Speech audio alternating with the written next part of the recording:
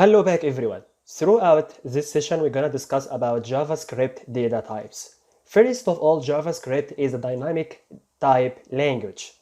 That means what? You can define a variable called x and put a value number inside it. So x equal 5. After that, you can assign a string to the same variable which it was x.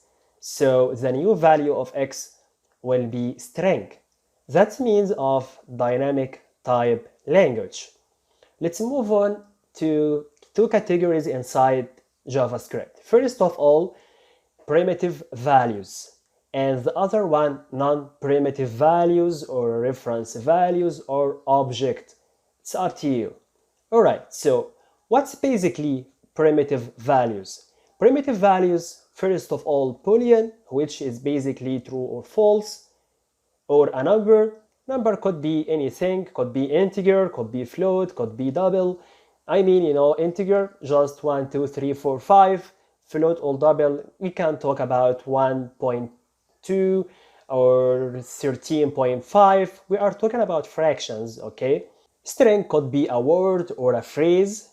Null means that variable doesn't have any value. But listen, undefined means that JavaScript doesn't know what's inside this variable. Could be empty and could there a value, but we don't know what's over there. Not a number, we are talking there is no number inside it. And symbol, we are talking about this variable have a symbol. Perfect. Let's move on to the next categorization, which is basically object.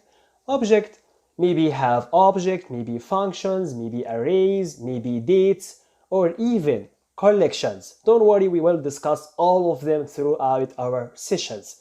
Alright, let's move on to another categorization. We can categorize to mutable or immutable. The first one, mutable, means can it change a part of its value? We are talking here about objects or arrays. You can change a small part of that array and leave all the other are the same.